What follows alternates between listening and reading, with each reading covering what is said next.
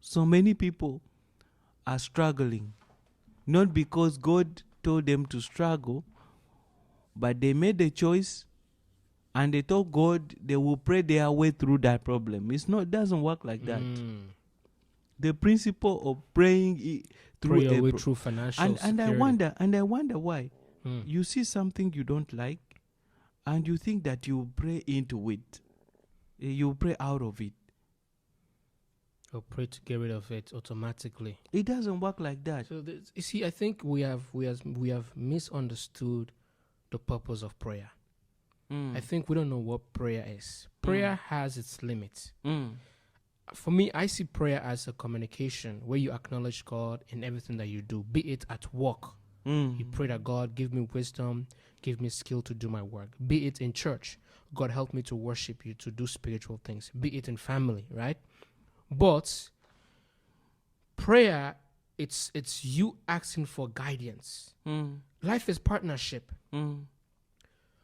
God will do his part. God is also expecting you to do your part. But most believers thinking that just by praying, my part is done. No. But God is saying, yes, you have done a bit of what is required. You prayed. Now, act upon what you pray for. That's where most believers sometimes either they're confused or they don't know how prayer works, and they don't get no answer, no results. No, it depends on what they are taught. You see, I tell the people that whenever you go to a church, you have to look at the man of God who you're under. And you need to pray to God and ask him, what is this man's track record spiritually? What is his track record physically? What are these track records? Yeah. If you don't know that track record, you cannot just pray out of it. Because you don't even know what you're praying against. So, people need to know that when we come into submission under a leadership, it must be either this person, I am sure that he's good in this area and that's the area I need the person most. But it cannot be that you don't know. You must be able to know. This guy is a good teacher, he's a great teacher. How many successful teachers has he produced? These ones. People whose results are not verified, they are still under training. But man of God, you know what really baffles my mind? The Bible makes this statement. Jesus said that, Paul said that he doesn't know in full, he knows in part. And then Solomon says that money answers everything.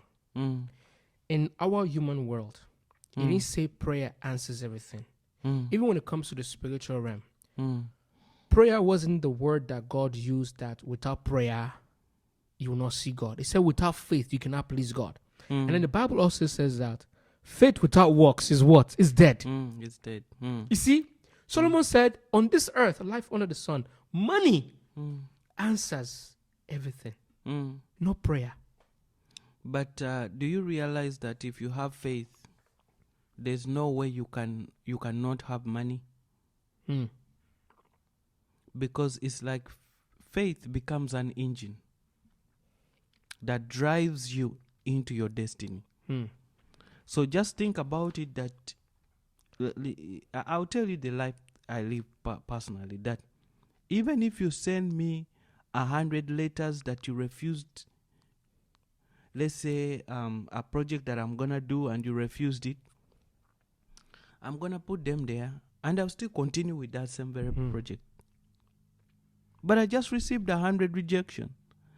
It will be like I have not even seen anything that day.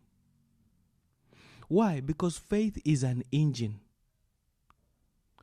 I cannot, it's like I am seeing the future that you don't see. That's why you sent me a negative report. That, I see giants in the place that you asked me to possess. Meanwhile, I'm seeing victory in that same land. So whose report should I listen to? I have to listen to my report. That's why in terms of armament, the Bible called it the shield of faith. Why? Because there are some people who will bring negative results and you need to shield it with your faith. Shield it with faith. The power. And you will keep navigating. Negative reports will come. You shield it with your faith. You move on. But in the physical world, they are telling you that do not listen to everyone.